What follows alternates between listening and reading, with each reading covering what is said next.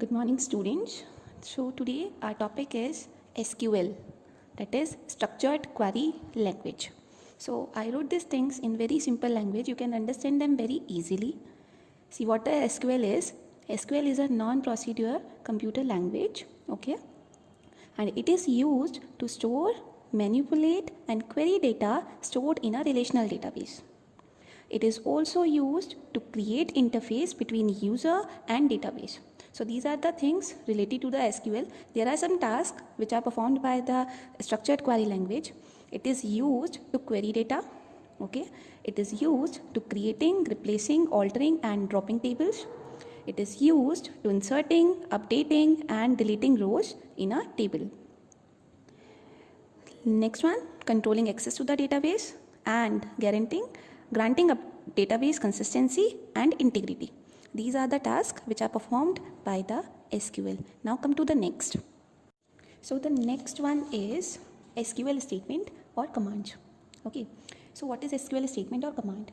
SQL commands or a statement is a kind of statement that contains clauses and ends with a semicolon. एक type की statement होती है जो semicolon से end हो जाती है last में. As you write in the English language also, we put full stop symbol there. Same thing we have to be here. We have to put this semicolon symbol after writing any statement. See this, SQL statements are divided into 4 parts. First is DDL, DML, DCL and TCL. DDL statement stands for data definition language. This is data manipulation language. This is data control language and this is transaction control language. Okay, so why we use DDL statements? देखो अगर आपका कोई भी अगर आपका कोई भी एक टेबल है और उस टेबल को आपको क्रिएट करना है और उस टेबल में आपको ये बताना है कि उस टेबल में मेरे कितने कॉलम्स होने चाहिए, मतलब कितने एट्रीब्यूट्स होने चाहिए, ठीक है, और किस टाइप का उसके अंदर एट्रीब्यूट होना चाहिए, उसका डाटा टाइप क्या होना चाहिए, तो वो चीज़ें जो होती हैं, या फिर आपको अपनी टेबल का नेम देना है, मतलब आप उसको रीनेम करना चाहते हो अपनी टेबल के नेम को, तो उसके लिए हम DDL स्टेटमेंट का यूज़ करते हैं. जो टेबल के बाहर का काम है वो हमारा DDL स्टेटमेंट संभाल लेता है. सेकंड स्टेटमेंट है हमारी DML स्टेटमेंट, जिसको हम बोलते हैं डेटा मैनिपुलेशन लैंग्वेज. ओके, तो इसके अंदर भी कुछ स्टेटमेंट्स आती हैं जैसे कि select, insert, delete and update. ये सारी स्टेटमेंट्स आपकी उस डेटा जो टेबल आपने बनाई है, जो आप DDL स्टेटमेंट्स के थ्रू बना चुके हो, अगर उसमें आपको डेटा को इंसर्ट करना है, नए डेटा को आपको इंसर्ट करना है, या फिर उस डेटा को आपको डिलीट करना है, जो आपने इंसर्टेड डेटा है उसको डिलीट करना है, या फिर आपको उसके अंदर कोई भी स्पेसिफिक ऑपरेशन परफॉर्म करना है, यानी अंदर की सारी वर्किंग, जितने भी आप उसके ऊपर ऑपरेशंस लगाओगे, जितने भी आप उसके ऊपर वर्किंग करोगे, वो सब जिसके ऊपर डिपेंडेंट है बेटा, वो है हमारी DML स्टेटमेंट्स. आपकी 12th में 4 टाइप की लैंग्वेज हैं, बट आपको जो मेन जिन पे फोकस करना है वो आपकी 2 स्टेटमेंट्स हैं, जो है आपकी DDL statements and DML statements, क्योंकि इन्हीं के ऊपर से ही आपके क्वेश्चंस आएंगे बोर्ड में. तो वो क्वेश्चंस भी हम लोग डिस्कस करेंगे मेरी अपकमिंग वीडियोस में. So now come to the next one. There are some rules related to the SQL. जो हम इस SQL के स्टेटमेंट लिखते हैं उसके लिए कुछ रूल्स पहले से डिफाइन है. वो रूल कौन कौन से हैं? SQL statement can be type in lower case और अपर केस. इसको आप लोअर केस में भी लिख सकते हो, यानी स्मॉल लेटर्स में भी लिख सकते हो, कैपिटल लेटर में भी लिख सकते हो, कोई दिक्कत नहीं है. इसके साथ ये क्या है, एक केस सेंसिटिव लैंग्वेज है. केस सेंसिटिव लैंग्वेज नहीं है, ठीक है, ये केस सेंसिटिव लैंग्वेज नहीं है. The statement can be typed in single line और मल्टीपल लाइन. आप अपनी पूरी स्टेटमेंट को एक सिंगल लाइन में भी लिख सकते हो और उस स्टेटमेंट्स को आप अलग अलग लाइन्स में डिस्ट्रीब्यूट करके भी लिख सकते हो, कोई फर्क नहीं पड़ता. नेक्स्ट, जो भी कोई आप स्टेटमेंट लिखोगे वो हमेशा किसी टर्मिनेट होगी एक टर्मिनेशन सिंबल के साथ में, सेमीकॉलन जिसको हम बोलते हैं. नेक्स्ट वन, जो आपकी स्टेटमेंट्स होती हैं, जैसे मैंने अभी आपको बताया कि आप उसको सिंगल लाइन में भी लिख सकते हो, मल्टीपल लाइन में डिस्ट्रीब्यूट करके भी लिख सकते हो, लेकिन जो आपका कीवर्ड होता है वो कीवर्ड आप डिस्ट्रीब्यूट नहीं कर सकते, कीवर्ड को आपको एक साथ लिखना होगा. Next is comma. जब भी आप उसके अंदर कोई भी एंट्रीज करते हो, ठीक है, और उन सब को, उन पैरामीटर्स को सेपरेट करने के लिए हमेशा हम उसके लिए कॉलम का यूज़, कोमा का यूज़ करेंगे.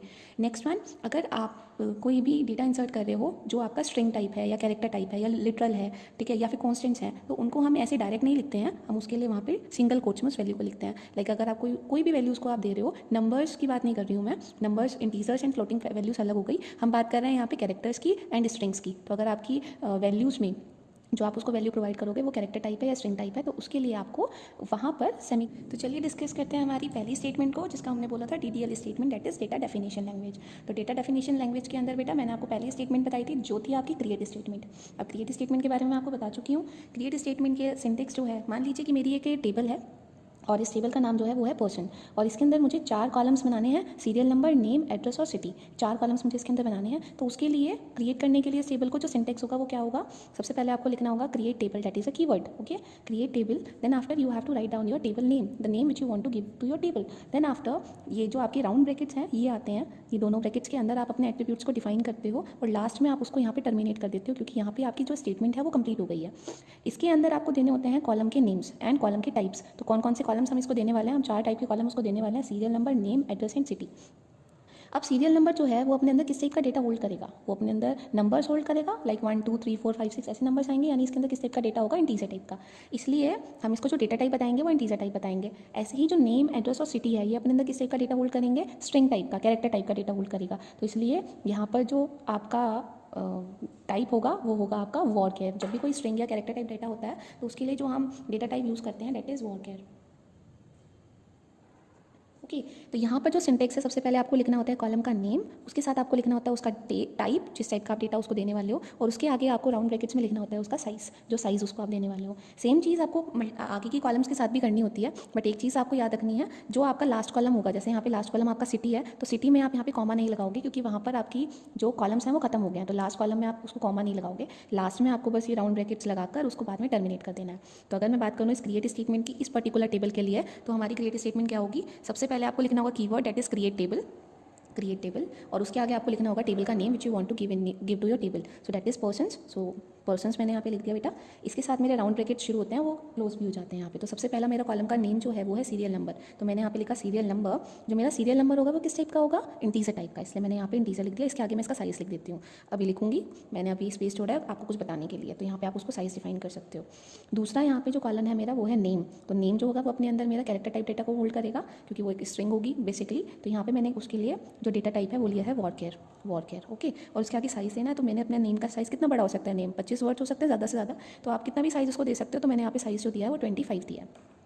ऐसे ही मैंने यहाँ पे एड्रेस दिया है, और उसका साइज़, उसका जो डेटा टाइप है वो वॉरकेर है अगेन, और उसका साइज़ मैंने यहाँ पे 30 दिया है। सेम चीज़ मैंने सिटी के लिए भी किया है, सिटी वॉरकेर उसका डेटा टाइप हो गया, और उसका साइज़ मैंने यहाँ पे 25 दिया है। लास्ट में मैंने इसको क्लोज़ किया और उसको यहाँ पे टर्मिनेट कर दिया, क्लोज़ किया और मैंने उसको यहाँ पे टर्मिनेट कर दिया।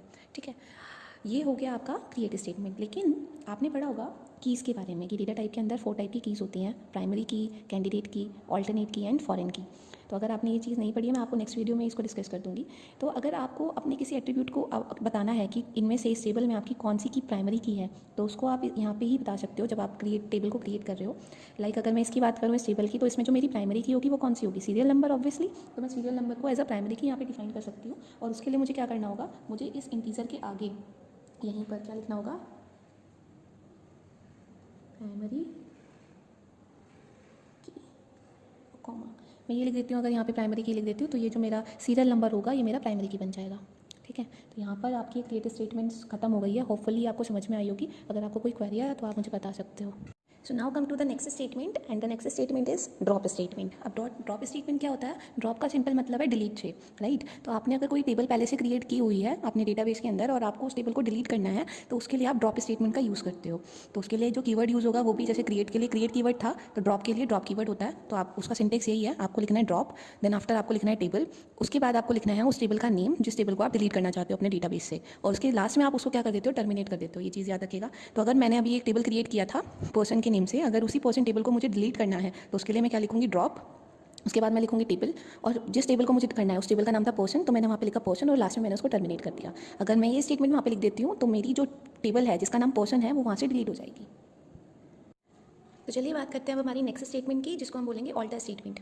अब ऑल्टर स्टेटमेंट कहाँ पे यूज़ होती है, it is use to add, delete और मॉडिफाई द कॉलम्स। अगर आपको अपनी टेबल के अंदर जो आप पहले से बना चुके हो, अगर उस टेबल में आपको कोई ना कोई मॉडिफिकेशन करना है, कोई ना कोई चेंजेस करना है उसके एट्रीब्यूट्स में, या कुछ डिलीट करना है या ऐड करना है, तो उसके लिए हम ऑल्टर स्टेटमेंट का यूज़ करते हैं। अब ऑल्टर स्टेटमेंट का सबसे पहला जो हम डिस्कस करेंगे वो है टू ऐड कॉलम्स। ठीक है, मान लीजिए आपकी टेबल है जिसका नेम है पर्सन, जैसे अभी हमने बनाई थी, और उस पर्सन टेबल में हमने 4 एट्रीब्यूट्स बताए थे, राइट। अगर मुझे इसमें एक और एट्रीब्यूट चाहिए मेरी एग्जिस्टिंग टेबल में जो मैं पहले से क्रिएट कर चुकी हूँ, तो उसके लिए मुझे क्या करना पड़ेगा, मुझे इसमें एक और कॉलम ऐड करना है जिसका नेम है फ़ोन नंबर। तो उसके लिए मुझे क्या करना पड़ेगा, इसके लिए ऑल्टर स्टेटमेंट का यूज़ करना है। कैसे, आप लिखोगे ऑल्टर, देन आपको लिखना है टेबल, और यहाँ पे उसका आ जाएगा टेबल का नेम जिसके अंदर आपको मॉडिफिकेशन करना है। इसके बाद आप लिखते हो add is also a keyword. Add जिसको ऐड करना है, किसको ऐड करना है, हमें कॉलम को जिसका नेम क्या है, फ़ोन नंबर है, तो आप यहाँ पे उस कॉलम का नेम लिखोगे एंड उसका डेटा टाइप, वो किस टाइप का डेटा अपने अंदर होल्ड करेगी। लास्ट में आप उसको क्या कर देते हो, टर्मिनेट कर देते हो। ठीक है, तो सेम चीज़ है। अब जैसे कि ये हम इस टेबल के लिए अगर मैं आपको बताऊँ तो हम लिखेंगे ऑल्टर टेबल का नेम हो गया हमारा पर्सन के बाद हमने लिखा ऐड, क्या ऐड करना है हमें, फ़ोन नंबर, तो phone number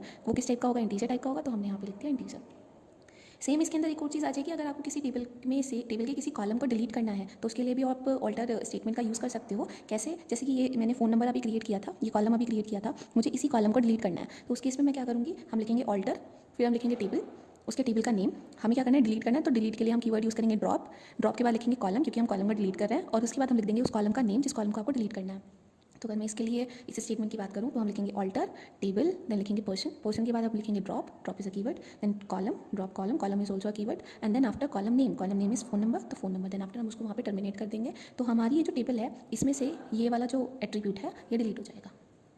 now come to the next statement and that is rename statement. अब नाम से ही पता चल रहा है रीनेम क्या करेगा। अगर आपकी कोई टेबल है और उसका नेम जो है आप उसके नेम को चेंज करना चाहते हो तो आप उसके लिए रीनेम स्टेटमेंट का यूज़ कर सकते हो। तो इसका जो सिंटेक्स होता है वो है बेसिकली आपको लिखना है keyword that is rename. Rename के बाद आप लिखते हो ओल्ड टेबल नेम, जो आपका जो टेबल है जिसका पुराना नेम जो भी है जो आपने दे चुके हो उसका नेम आप यहाँ पे लिखोगे। देन आफ्टर आपको लिखना है to that is also a keyword. उसके बाद आप उसको जिसमें चेंज करना चाहते हो उसका नेम लिखोगे, नई टेबल का नेम लिखोगे। ठीक है, तो अभी मैंने जो टेबल बनाया था उसका नेम क्या था, पर्सन था। अब मुझे उस टेबल का नेम चेंज करके मुझे उसका नेम स्टूडेंट करना है। तो उसके लिए मैं क्या करूँगी, मैं लिखूँगी रीनेम, देन आफ्टर मेरा पुराना टेबल का नेम जो था डेट इज़ पर्सन, फिर मैंने लिखा टू, और उसके बाद जो मैं नया नेम उसको देने वाली हूँ डेट इज़ स्टूडेंट, और लास्ट में मैंने उसको क्या किया, टर्मिनेट कर दिया। उससे क्या होगा, ये जो मेरा टेबल का जो नेम था जो पर्सन था वो मेरा स्टूडेंट में चेंज हो जाएगा। एक और चीज़, इसको मैंने अलग अलग लाइन्स में भी लिख सकते हो, आप इसको सिंगल लाइन में भी लिख सकते हो, ऐसे जैसे मैंने आपको बताया था। तो हम उसको rename person to student and terminate करके भी लिख सकते हैं, कोई प्रॉब्लम नहीं है। नाउ हमारा जो डिटेल स्टेटमेंट्स है वो यहाँ पे कंप्लीट हो गया। अब हम अपनी DML स्टेटमेंट्स को डिस्कस करेंगे। चलिए अब